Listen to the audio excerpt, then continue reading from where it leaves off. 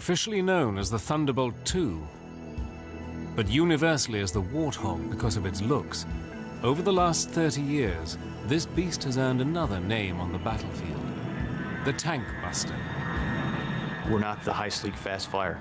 We're the low, slow, ugly, warthog rolling around in the mud and doing the mission. It's where we love to be. Its amazing 30mm 7-barreled cannon is the most powerful gun ever to take to the skies.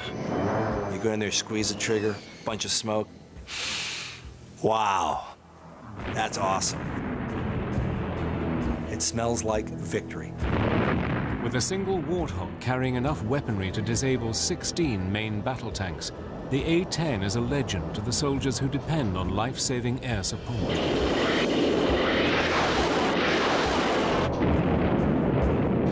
You can talk to troops on the ground, and they love hearing that sound. It's the sound of freedom for them. Using extraordinary archive film and color reenactments, Battle Stations takes you into combat with one of the deadliest aircraft in the U.S. arsenal, the A-10 Tankbuster.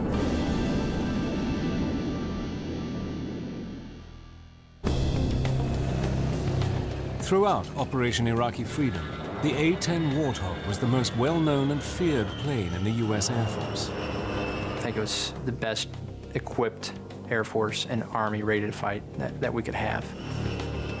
Its ability to work in close support with ground troops, to take out enemy positions and tanks, and to act as a spotter plane made it a linchpin in the victory over Saddam Hussein and his regime.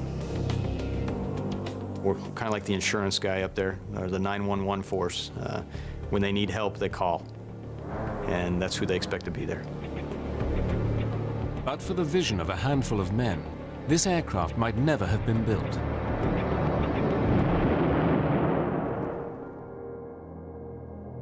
In the First World War, aircraft were used as a way of supporting the troops on the ground.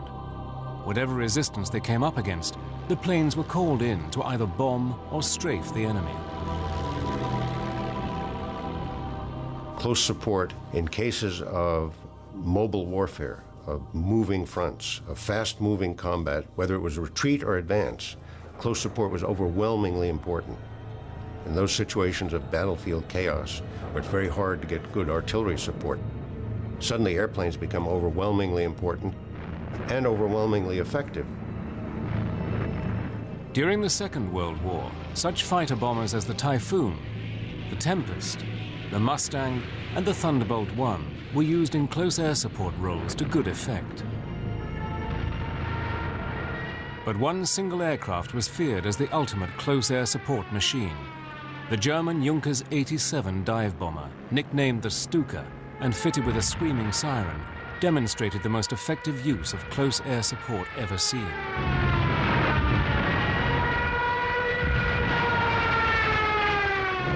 This was a time when the Germans were enormously outnumbered by the Russians, and yet having extraordinary successes against very heavy, huge Russian tank forces. And a key component of that were these Stukas, of which the most famous unit was led by Colonel Rudel, who was the most decorated pilot of World War II. Colonel Hans Ulrich Rudel's unit wreaked havoc on the Russian front, with Rudel himself amassing a personal score of 511 destroyed Russian tanks. But with the defeat of Germany in 1945, the success of close air support was largely overlooked. On September the 18th, 1947, the United States Air Force was born. Its main focus, to deliver nuclear weapons. Close air support was not a priority. This is the extraordinary part of the whole genesis of the A-10. The Air Force, traditionally, from the beginnings of World War II on, had no interest in close support, have none today. They don't like working for the Army, that they prefer running their own war, totally independent of everybody else. A very natural bureaucratic reaction.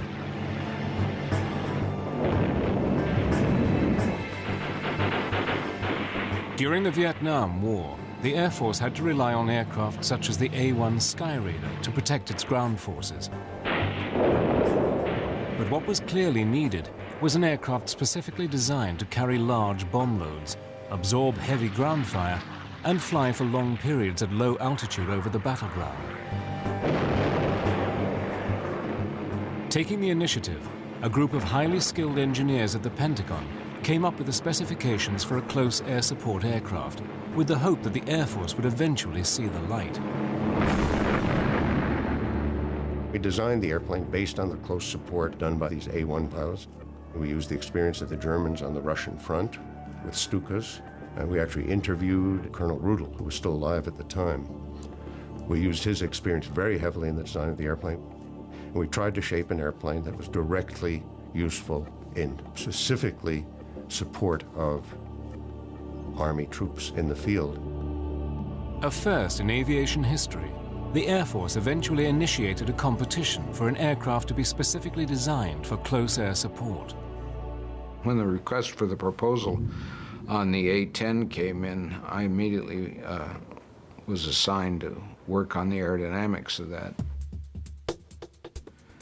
Fundamentally, she was to be a close air support airplane, which was capable of knocking out heavy tanks, as well as operating from an unprepared short field of 1,500 feet. Fairchild Republic took on the challenge of designing an aircraft unlike any ever built. The winning design would be a stable, straight-winged aircraft to allow for excellent lift and maneuverability, combined with the General Electric's TF-34 turbofan engines, which would give it a high enough thrust for takeoff and a low enough fuel consumption to enable the plane to have very high loiter capability, essential for the role. With unbeatable durability and an easy-to-repair maintenance program, these would be the ideal engines to fly in a hostile battle zone. But for the Fairchild team, the challenges became apparent immediately. The typical way to build a jet airplane, and the reason that all jet fighters are impossible to use in this close support mission, because they all have fuel wrapped around the engine. Once you have fuel wrapped around an engine, a .22 rifle will kill you. One of our very first design rules was the fuel had to be someplace other than the engine.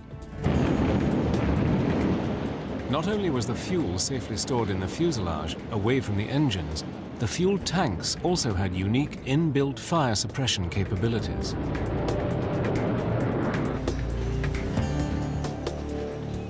The aircraft's hydraulics could also withstand serious firepower. We required that every hydraulic control had to be backed up by a simple mechanical cable system that's much harder to shoot out. We could come back with hydraulic system shot out, half the tail shot off, a piece of the wing shot off. It had two engines, you could come home on one. The pilot was bathed in a titanium tub which could take 20-millimeter shells. It was really a piece of machinery that you could fly into hell and back. The A-10's survivability was matched with a deadly capacity, a huge 30-millimeter Gatling gun. Developed specifically for the A-10, the GAU-8A Avenger, capable of firing almost 4,000 rounds a minute, gave the aircraft the ability to blow through tank armor. 2, 1, fire. She was designed primarily with that Gatling gun in the nose, and it was built to destroy anything that was considered an armored weapon on the ground. But she was built around the gun, and the gun was a given from day one.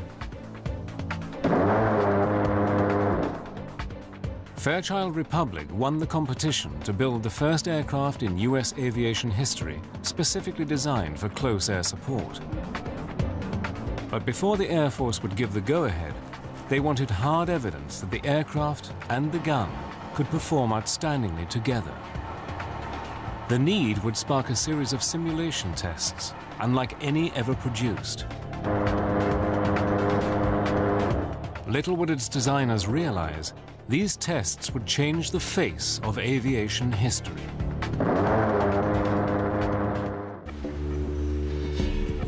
Fairchild Republic had produced the ultimate piece of machinery to perform the role of close air support. But the Air Force was reluctant to go into production until they had seen for themselves that the aircraft could fulfill its very specific combat role. In a series of amazing tests, the A-10 and its remarkable gun were put through their paces in an effort to create a full-on Cold War battle scenario. We had secretly assembled what we proudly boasted at the time was like the third or fourth largest tank army in the world.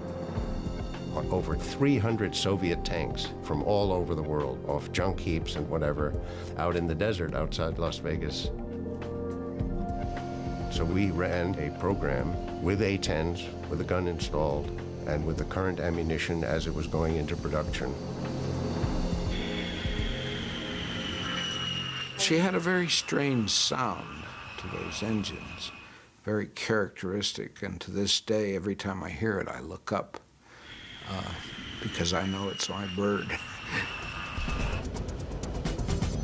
We knew what she'd do,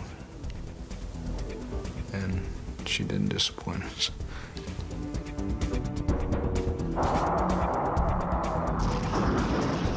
And we did a meticulous series of tests, attack after attack, checking tactics, checking burst lengths, all these details to see how effective we were against tanks. We learned an enormous amount about it. The most important thing we learned was that this weapon had unprecedented effectiveness.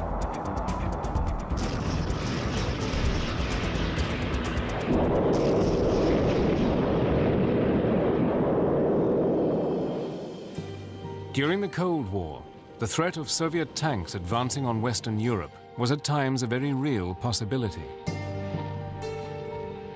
The Air Force finally gave the production of the A-10 the go-ahead. It was now ready to face a specific enemy.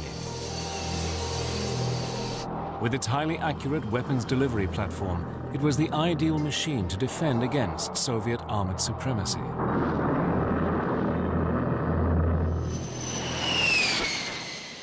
The first A-10 arrived at Davis-Monthan Air Force Base, Arizona, in October 1975.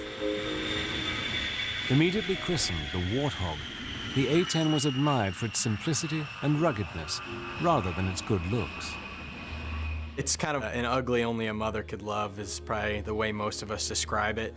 It's that ugliness is what makes it so tough. It's very rugged. People can compare it to like a Jeep or a Hummer or something like that. It's thick, it's big, everything about it is boxy, and it looks very strong and sturdy. It's almost guaranteed to bring the pilot back alive. But with a top speed of only 420 miles per hour, high-set twin engines, and squared-off slab-like wings, the A-10 was a far cry from any streamlined jet. It's pretty awe-inspiring. It was so much bigger than the aircraft I'd flown in pilot training. It felt huge and it felt big getting into it. And it was also intimidating just because first time you fly the airplane, you're by yourself, but it was definitely exhilarating at the same time. The single-seat cockpit is surrounded by a large bubble canopy to provide all-round vision and a bulletproof windscreen. I love single-seat cockpit. That's one of the reasons that I was enticed by the A-10. No one looking over your shoulder, no one telling you what to do. You put the aircraft where you want to do it and you employ it in the fashion that you want to employ it. It's all personal, and you are the master. I think the first time that was one of the things that surprised me. It took itself right off the runway for the most part. Once it hits the speed it wants to fly, it just lifts up and away. And I think it probably has to do a lot with the big straight wing, positive camber on the wing. It wants to fly. The plane reacts to you. It's like you kind of strap on the plane itself, and it's an extension of you, and it flies. It has a feel of a real stick and rudder. The A-10 is known for its tight turn radius, so it can turn on a dime. You can even look at the ground as you're turning, and it looks like you're just turning in space. Straight wing lets us turn very, very tight. So even though we're going slow, we've got a very small turn radius, and we can very quickly move our flight path so that we can dodge all those, the AAA and the surface-to-air missiles. But it's the challenge of the unique close air support role that is the main attraction to A-10 pilots, flying in an environment where anything could happen at any time. The mission that we do is not a rote mission. You don't come into it knowing exactly every single thing that's going to happen from the time you take off to the time you land. Once you get in the air is where it starts actually unfolding, and you have to react to that. You hear American voices on the radio screaming because they're taking fire and that there are people dying. Their artillery can't get the enemy. They call in the A-10s. Flying of the airplane has to become secondary. Now you're trying to employ the weapon system, and that's where it gets complicated. We get maps spread out in the cockpit, and we're still trying to talk on the radios and keep from getting shot at.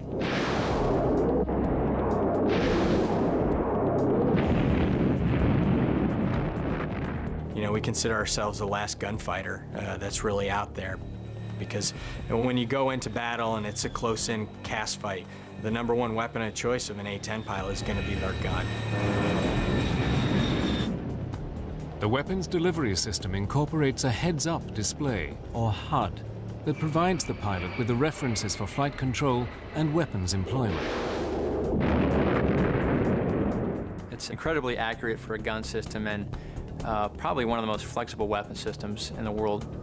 It's just point and shoot, just like you'd imagine a revolver in your hand. You point it where you want to shoot it, you pull the trigger, and that's where the bullets are going to go.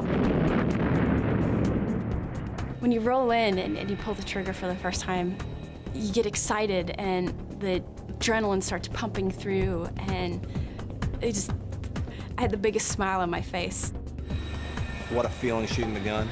I mean, the whole airplane shakes. The first time I fired the gun, you know, I had to come off the trigger because it scared me, because I couldn't believe something like that could come out of the front of the airplane, all the flames, the smoke.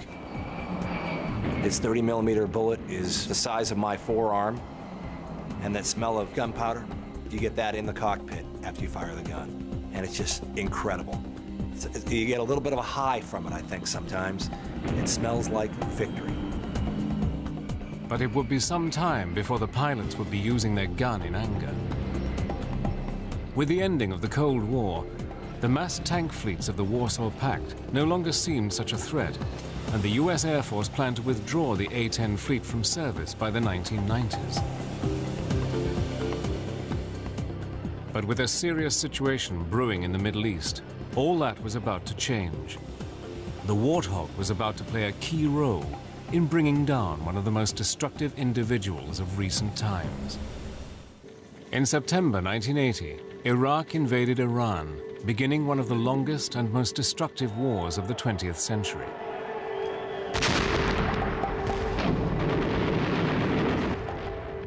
After 8 years, the basic issues dividing the countries remained unresolved. In an effort to contain the Ayatollah Khomeini and the spread of Islamic fundamentalism, the West backed Iraq. Saddam Hussein, the Iraqi dictator, began to build up a formidable war machine, bolstered by the Soviets and the West, creating the 4th largest army in the world, with over 4,000 tanks. On August 2nd, 1990, Iraq invaded Kuwait.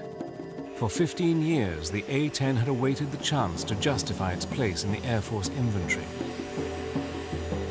For the Warthog, it was now make or break time. When the first Gulf War started and our squadron deployed down there, approaching that time period, the Air Force was considering getting rid of the airplane. It wasn't until the Gulf War came around we proved the fact that we are a capable cast platform. When war broke out on the 16th of January 1991, there was an urgent need for a missile-launching Tankbuster. The A-10s were committed to combat for the very first time. Back then, you know, we had nobody with combat experience except for a few of the very senior leadership that had flown in Vietnam. So a lot of people are unsure what to expect. Deployed to the Gulf to back up coalition ground forces, A-10 squadrons were launched on Iraq's thousands of tanks in the mother of all battles. First day, I'll never forget that feeling. It was like, wow, this is the big game. You know, you're real pumped up, adrenaline's flowing. You know, let's go. You know, you go in, we hit a target, and I remember looking down and going, what's all that glittery stuff down there? And sure enough, it was, you know, them shooting. Oh, whoa, they're shooting at us. And that's when it kind of hit you, you know, this isn't just training anymore. The way that I saw the Iraqis working is, if they knew we were going to hit something, they moved it.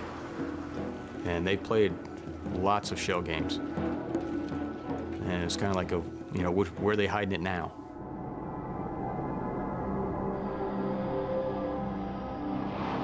By February, the coalition air forces appeared to be dominating the skies, and the A-10 was seemingly invincible. And we're feeling pretty confident. You know, if you survive your first 10 combat missions, your chances of surviving the war go up significantly. Major Rob Sweet was on his 30th mission for Desert Storm. On the 15th of February, he was the wingman in a 2-ship mission launched deep into Iraqi airspace.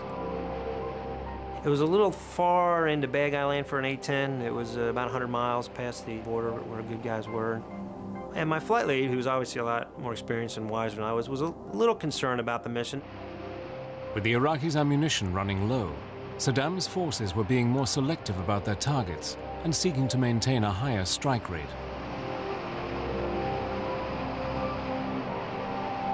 So we said, all right, well, we won't hang out as much, and the target will take 2-3 passes, and then we'll leave, go somewhere else. It was a formation of tanks in a circle about 3 miles in diameter, no craters anywhere, and we were kind of aware that maybe these were plywood dummy targets. Sweet's flight leader rolled in to take a closer look at the target, and then cleared his wingman in. For Sweet, what began as a routine mission was about to turn into his worst nightmare. As I'm coming off, sure enough, here comes the SAM. Well, whoa, that ain't good. But if you see it, you can beat it. So I saw it, put out some chaff flare, I kind of pulled around it,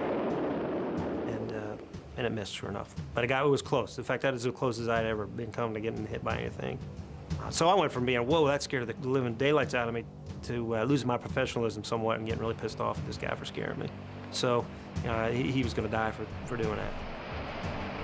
As I was rolling in, you know, I felt a loud bang in the airplane, and I went, ooh, that isn't good. And I looked back, and I didn't like what I saw. Most of my right wing was gone. It was on fire. Thinking to myself, okay, bad hit, but there's still some wing on there, and I should be able to fly it out of there, and the A-10's pretty rugged. The Iraqi missile, which would have destroyed most other fighters, seriously crippled the A-10.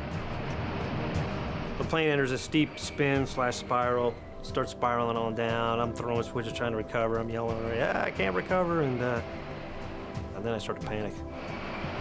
And I remember just seeing a desert coming up like this, and time to get out. The ACES-2 ejection seat is a fully automatic catapult rocket system. Once ejected, the parachute automatically deploys. I'm coming down on my parachute. Now I see my A-10 hit the ground. And that was kind of disturbing. As Sweet hit the ground, he was seized by Iraqi soldiers. You know, and they were on me before I even had a chance to roll over. And then it was their chance to get some payback. And so I got the crap beat out of me, basically.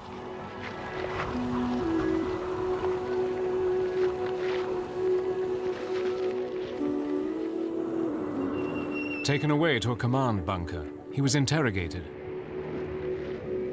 I thought I was going to get shot at any moment, you know. It took me about 3 days to figure out, hey, they weren't going to just arbitrarily execute me. It was worth something to them, propaganda or intelligence or something. In March, Major Rob Sweet was eventually released as part of the prisoner release program. This is when I found out what happened to my flight lead. After I had been shot down, my flight lead had been shot down. And it turns out he never got out. Lucky to be alive, he he spent 4 months recovering from his ordeal. If I would have been flying any other fighter when I was hit by the SAM, and it was a bad hit, I'd be dead right now. But despite this, the aircraft proved more versatile and better able to survive over enemy territory than anyone had expected. During the 40-day conflict, the A-10 force destroyed 987 tanks, 926 artillery pieces, 1,355 combat vehicles, 10 fighters on the ground, and 2 helicopters shot in air-to-air engagements. The Air Force's ugly duckling earned a new nickname, the Tankbuster. The result confounded all those who had questioned the need for a dedicated ground support aircraft. Flying a staggering 8,500 sorties, A-10s were responsible for more than half of Iraq's losses of military equipment in Operation Desert Storm.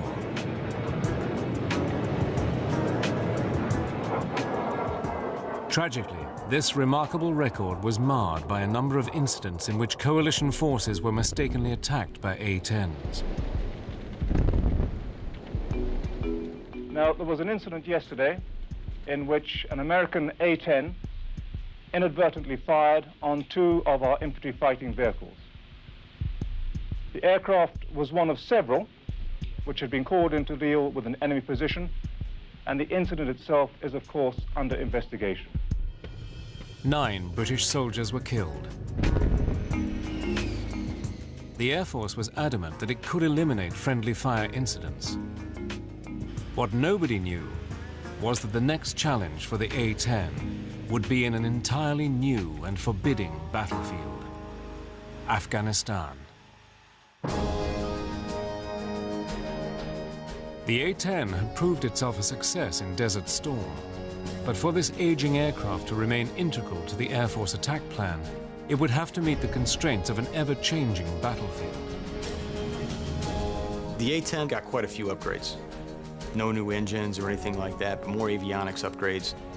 We were able to incorporate systems that had come online, the global positioning satellite systems. The A-10 was the first fighter to fully integrate with the night vision devices. The whole cockpit is modified to use night vision goggles. We've been training with them longer than pretty much any other fighter community, and we've gotten very good at it. The A-10 was destined for a new mission. On September the 11th, the war against terrorism began. Our response involves far more than instant retaliation and isolated strikes. Americans should not expect one battle, but a lengthy campaign, unlike any other we have ever seen. The Warthog strengthened Operation Enduring Freedom by spearheading urgently needed around-the-clock cover for ground troops in Afghanistan. For the crews of the A-10s, it was like nothing they had ever seen. We arrived in Bagram, reported to my commander, and I said, "Boss, this has got to be the scariest place on earth." You really felt like you were in the middle of a combat zone, and we were. The A-10 was the ideal aircraft for the Afghanistan battlefield. The jet is versatile enough to navigate mountainous peaks and deep valleys, while also patrolling and pinpoint attacking its targets. It wasn't bad flying over the mountainous terrain. The bad part was if I ever had to get out of the airplane, there's a lot of snow down there. That's not a good place to be. Going from a nice warm cockpit down into the snow is not an idea that I want to have to fulfill. The airplane, higher altitudes than what we normally would fly, just because of the heights of the mountains over there. We were able to go places that the other fixed-wing assets may or may not have been able to get in very well. And we definitely went places that the helicopters couldn't get in.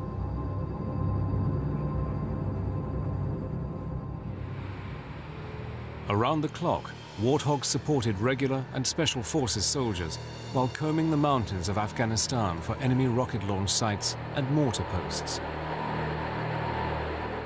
As its pilots soon realized, every mission would test their training and their wills to the limit.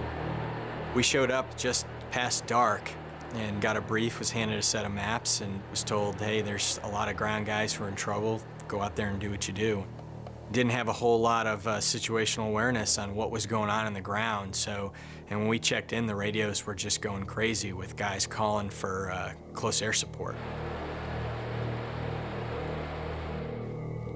Your pulse rate goes up. The intensity of what you're thinking about goes up. You know, the adrenaline rush, it's a good feeling though. And what's nice is you turn your airplane towards the fight and your training takes over. So first thing we're looking for is what's the overall situation on the ground and get a big picture view, and then move into the area. And once we get into the area, have a pretty good idea of where everybody should be. Now we'll move from the big picture to the much smaller concentrated area. And one of the first things I'm going to try to do is look down and try to find where the friendly position is. And if I can't identify him exactly, I want to at least narrow down something that I can use as a line in the sand and say, okay, we can't drop past here because that's where our guys are. On entering the battle zone, one of the A-10 pilot's main responsibilities is to avoid friendly fire incidents at all costs. What we mainly have to help us avoid fratricide is our radios and our eyes. Very low tech, but I think that's what makes us more efficient. Yes, we have a global positioning system that helps us figure out where we are. And we have night vision goggles that find out what's down there. But when it comes time to find out where the target is, yeah, we got to use old-fashioned Mark I eyeballs and our hands to think about where that is, because without that, we couldn't do our mission. We went in there, and the night vision goggles were really hard to use because the sun had set, but it wasn't low enough where we were getting a lot of brightness coming from the west. So it was really difficult to use the NVGs. There was no moon illumination, and we're in this very harsh terrain that I've never seen before. A team of observers down on the battlefield work with each pilot to guide the aircraft to its target. The Terminal Attack Controller, or ETAC, works for the Army and is responsible for ensuring that the A-10 pilot identifies and attacks the correct target, while minimizing the risk to friendly ground forces. We pass them a situational update, an area update on what's going on in the battlefield. Let them know where the friendly troops are, what the situation is of the enemy, and they kind of give them a heads up of what the threats are in the area. We'll pass them all that information, they'll copy it down, they work their little magic in the cockpit. The A-10 is linked to the ground commanders by an Army radio network, which distributes data throughout the battlefield. He said, hey, here's where we are, and I need you to put some ordnance down 700 meters from us, which, that was eye-opening. And so we took that distance and rolled in and put a couple of 500-pound bombs down, and it immediately quieted the target area. It's kind of like a large dragon breathing fire. That's what I could see, it sounds really loud. Like a dinosaur, really, raining lead from the sky. Like guardian angels, the A-10s continue to fly over Afghanistan, protecting their friends on the ground until the war against terrorism ends. But an old enemy was waiting in the wings. States like these and their terrorist allies constitute an axis of evil, arming to threaten the peace of the world. The need for the A-10 would reach its climax in March 2003. Saddam Hussein's horrific regime was reaching fever pitch. This time, it would take an army, with the A-10 in the front line, to bring him down. March 2003. Saddam Hussein's forces were about to come head-to-head with the A-10 Tankbuster as it once again prepared to fly over the battlefields of Iraq. The coalition forces meant to end the regime of Saddam Hussein for good, and the Warthog had come a long way since its last desert battle. By the time the second Gulf War, the Iraqi freedom comes along, pretty much every airplane had been modified to improve the weapons accuracy. The AGM-65 Maverick missiles are highly accurate, carrying warheads specifically for targeting heavy armor. Infrared imaging guidance enables them to shoot moving targets at night. Combine these with the already large weapons load and the special laser targeting pods, and the Warthog was better prepared than ever for its deadly role in Iraq.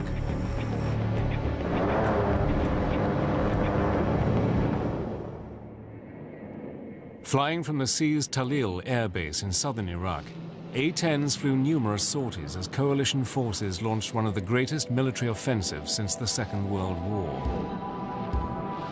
The assault on Baghdad. For the A-10 crews, it would be the challenge of a lifetime. We were flying up towards Baghdad. We were excited to go up there, but the hair on the back of our necks was standing up, and your heart was beating really fast. I actually said a lot more prayers stepping into the cockpit that day. There's all those different emotions running through your mind, and you're saying, please, let me do what I'm trying to do and do the right thing. Calling the Warthogs to their targets, another essential member of the ground command team, the Forward Air Controller, or FAC. A-10 pilots take turns to carry out this job, using their specialist knowledge of the mission in the air to coordinate with the soldiers on the ground. We go to a battalion, and we speak Air Force to the Army. We make sure the no fratricide occurs. Air Force doesn't shoot the Army, Army doesn't shoot the Air Force. Keep them deconflicted, but then secondary to that is make sure that those A-10s affect the battlefield for the Army. Everyone's talking, just trying to get permission to actually execute the attack. And those sound like simple questions, and this sounds like, pick up the phone, ask, but when you're asking one airplane who's relaying to another guy who's probably, 400 or 500 miles away, sitting in a room somewhere, it takes time. And, oh, by the way, every aggressive fighter pilot in Iraq at this point is making the same phone call, trying to get permission. Thanks for the work, sir. You got your lead. The FAC is the A-10 pilot's first point of contact on arrival in the area. Part of his role is to provide the pilot with the target coordinates, which he does with great efficiency. It sounds cold-hearted, but it's very systematic, They tell us the targets, we find the targets, we kill them, we report it's killed, next target. And it just goes, next target, next target. On arrival over the battlefield, the A-10 pilot often uses basic technology to locate exactly where the target is. In pilot Eric Yahimowitz's case, an Iraqi missile site. I went down with the binoculars and was searching the target coordinates. The 6 missile launchers weren't where they were supposed to be. So it took me a little while to search the area. The Iraqis had moved them probably about half a mile to a mile away. I'm thinking to myself, okay, I don't know if that radar operator sees me with that missile, but I see the target next to it, and it was just an awesome feeling. Your focus then, all of a sudden, is into this one little area is what you're looking at. As you roll down, pilots call it the chute, or when you roll in to employ, that's it, the whole world melts into this little area. And I was able to lock this thing up and fired that missile, and it came screaming off the rail. From over 17,000 feet, the long-range 300-pound launch and leave Maverick missile traveled to its target. For Yahimowitz, the seconds seemed to go on forever. I'm waiting and I'm thinking, oh man, the missile went stupid. It went flying into Iran. It should have hit by now. And I'm like, oh man, I'm in trouble. It just felt like an eternity. It is surreal. You're so far up, it's hard to hear anything on the ground. You're so used to hearing the jet. It's like the white noise of having a fan in the background. But then all of a sudden, boom, just a massive explosion, and it is totally elation. Now I know I got him. You pull off, get a little more altitude, and then turn back and take a look. And it's a little fire show for you. It's just so professional, it's unbelievable. There's not a lot of hooting and hollering, and it's not like Top Gun, people screaming, yeehaw. It's war, and people are dying, and everyone knows it. We're sitting on the edge of our seats, concentrating that we don't get shot down for once, and then that we don't hurt the wrong people. Going in there, I said I have 2 objectives. 1, zero fratricide, 2, affect the battlefield. And they were in that order. My #1 goal was to prevent fratricide. Knowing where the friendly forces are is paramount if the A-10s are to protect them.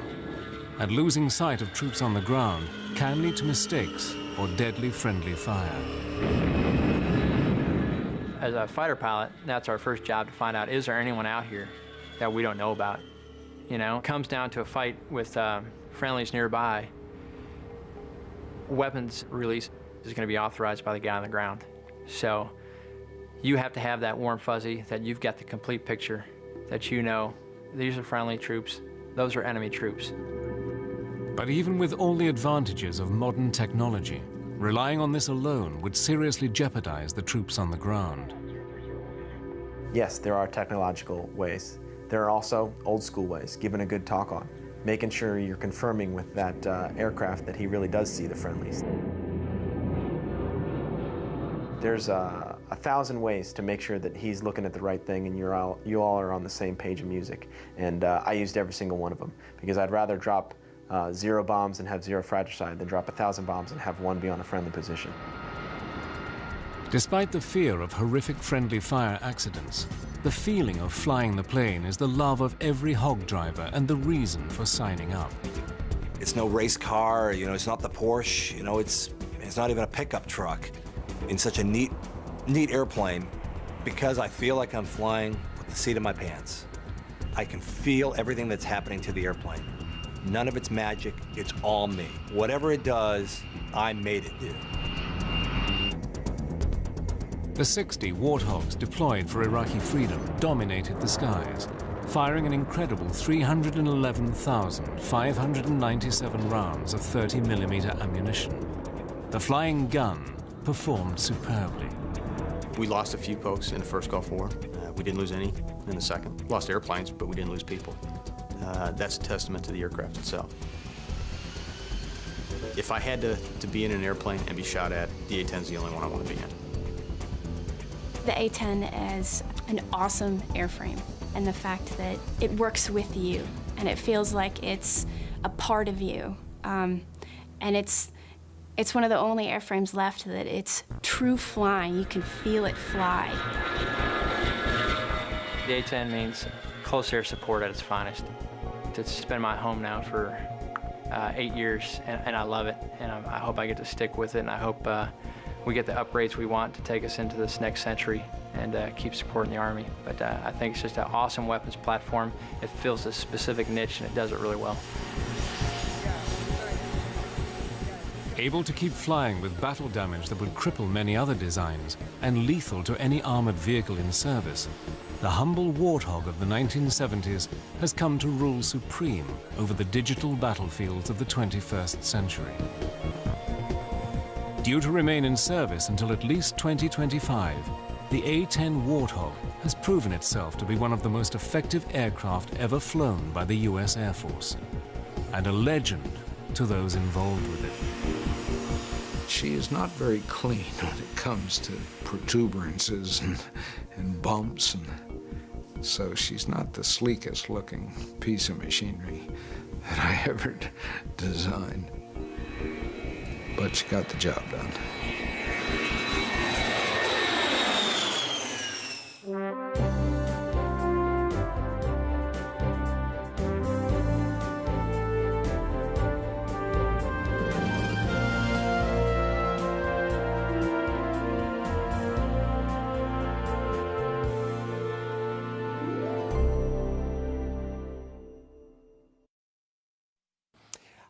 Well, I went to the Air Force Academy, and I became interested in that when a friend of mine in high school's older sister went, and that's how I found out about it. Sounded interesting, free education.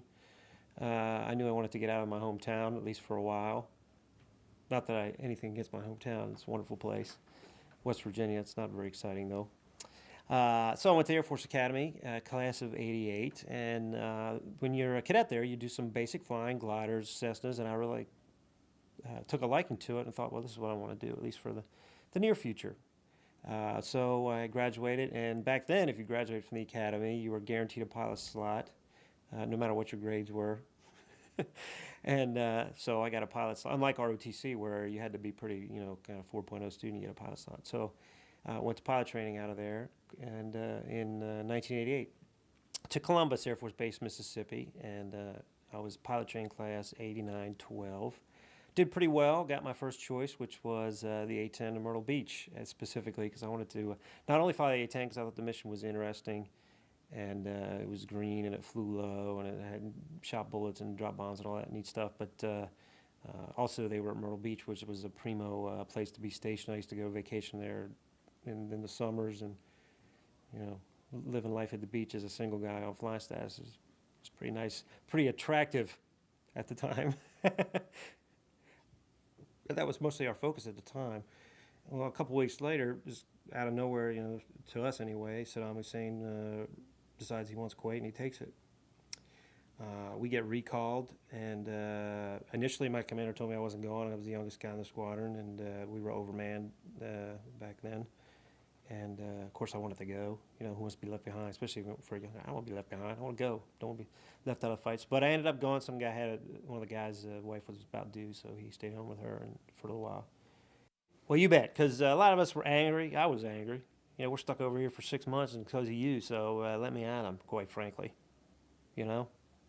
Anyways, I was a young guy again. I had we felt like it was being empowered to us to get us out of there and get home, as opposed to some diplomat somewhere. Now it's our turn to get us out of here. Plus, we wanted to liberate Kuwait. They obviously took that and belonged to them. They were being mean, and you're not supposed to have this is the end of the 20th century. You're not supposed to have dictators anymore, right? Okay, yes. When I saw the SAM, it was a nice white smoke trail following it. You couldn't miss it really, with a little plume where it had launched out of a revetment. You could see the rocket motor, and it wasn't moving in my canopy laterally. Two-dimensional picture is just getting bigger. It ain't moving left or right, which means it's on a collision course.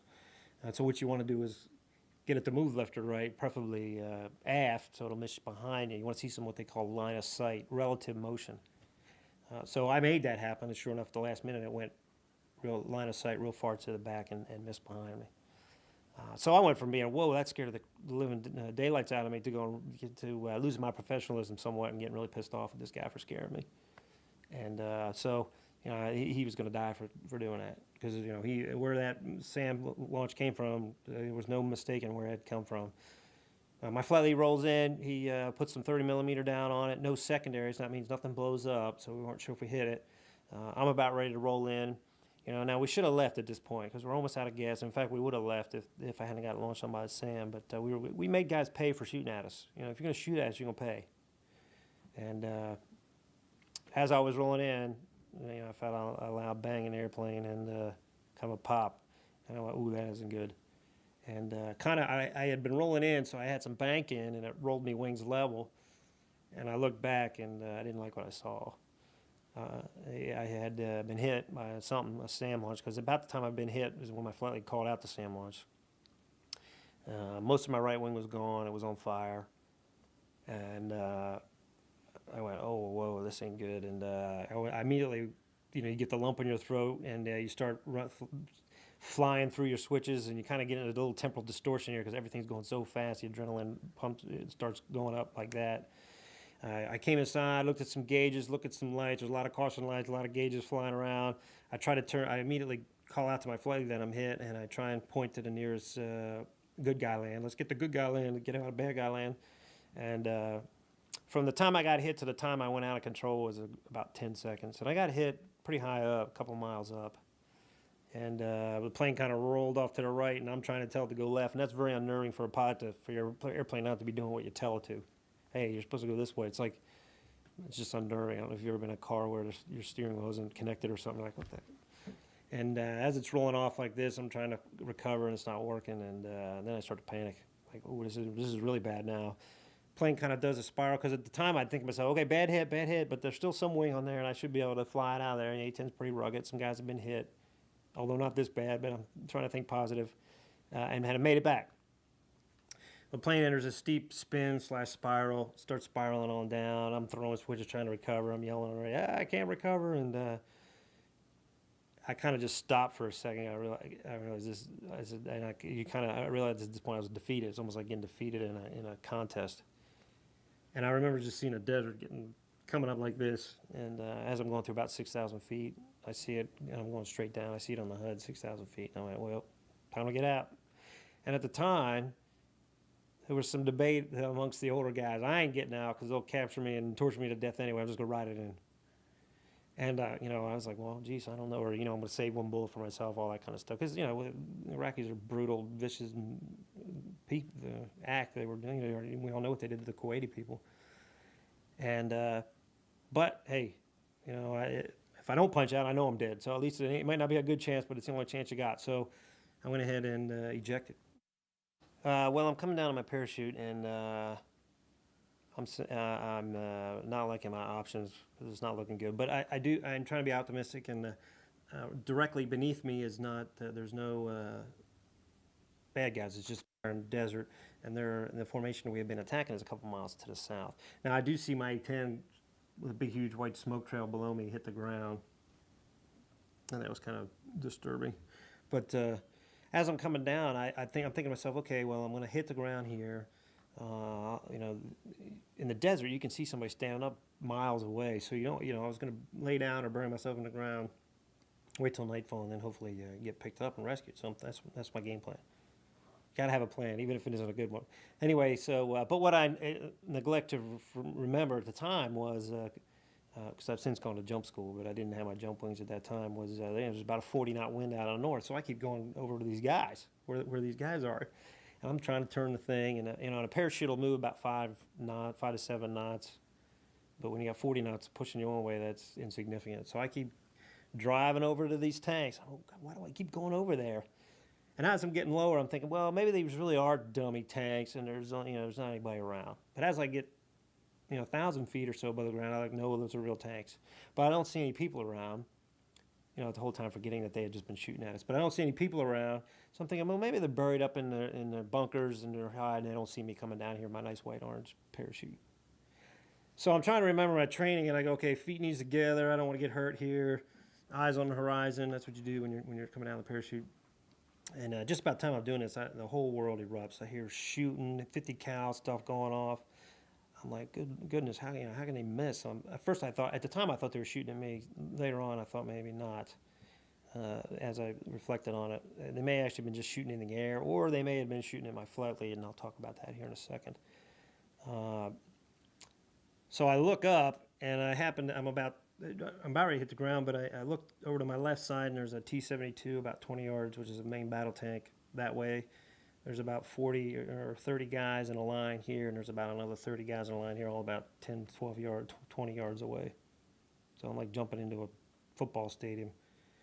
And so, whoa, I immediately made the rookie mistake of trying to stand up. You can't, it's like jumping off a 2-story building. You can't land on your feet. You're going to fall on your face, but I tried to do anyway. And if it would have been hard ground, I would have broke my leg, but I didn't want to lay down. I wanted to try and stand up and stand my ground or run or something.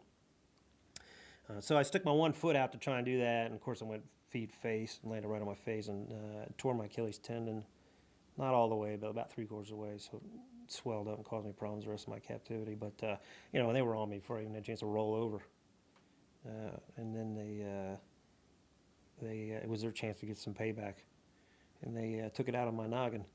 So I got these were conscript guys, young privates, and so I got the crap beat out of me basically, but I got a pretty hard head, and luckily it didn't crack open. Well, at the time, the officers were kind of yammering at each other in Arabic about some stuff, and I was, of course, what are they saying, And I thought they were debating whether I was even worthy to keep or not. Lieutenant, how much does that guy shoot him? Probably worth nothing. So there was a car that had pulled up, and I was standing there, and the doors were open, and so I just went and got in the car on my own initiative. And they weren't happy about that. So the guy on the other side of the car started beating the crap out of me for doing that, but I stayed in the car. And then they came and we drove off.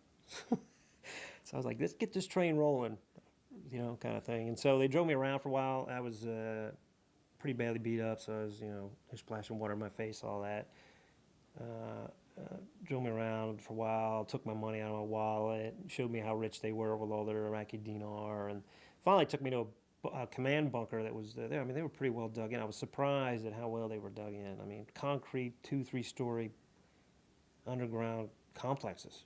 You know, not some World War II, World War I trench. I mean, they were well dug in. And we went down a couple of stories of flights, or flights of stairs, and interrogated, all kinds of. What did I think? I thought I was going to get shot at any moment. You know, it took me about 3 days to figure out. Hey, they weren't going to just arbitrarily execute me. It was worth something to them, propaganda or intelligence or something.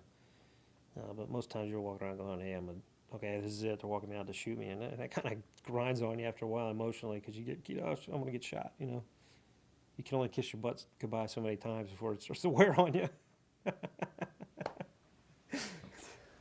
No. Not for a while. Like I said, for about 3 days, and then I realized I had convinced myself I could make it to my birthday, which was July. You know, I got shot down in February. I can handle it to about 6 months, but I was there. The Vietnam guys were there 6-7 years. Those guys are my heroes. I don't know how you could do that. I was there 19 days. That was long enough for me.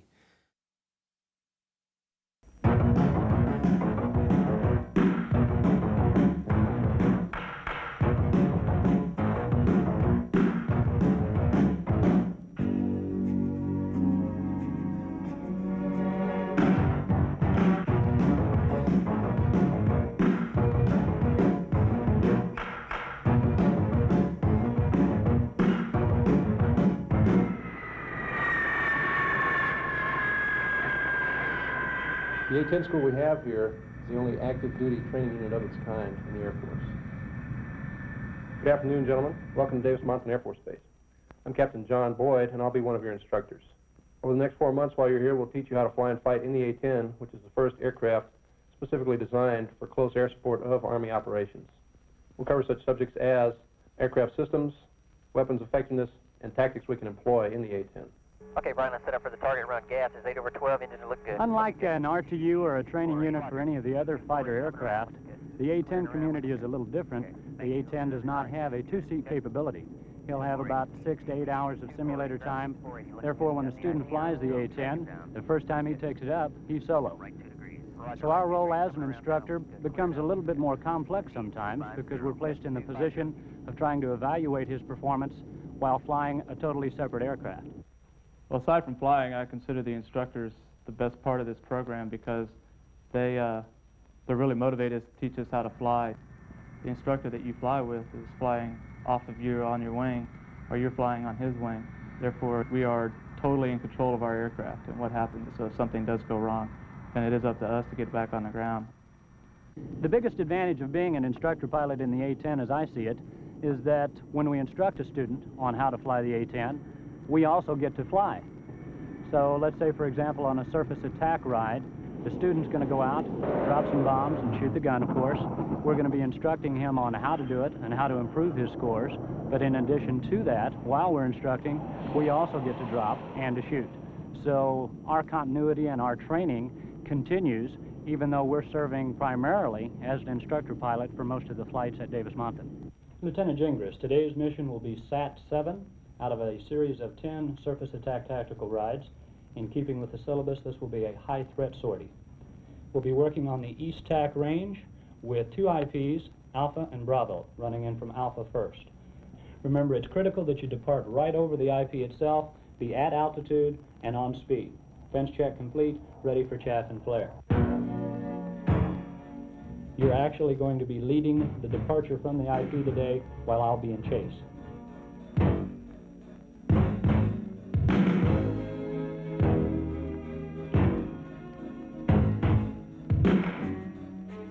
Fun aircraft to fly.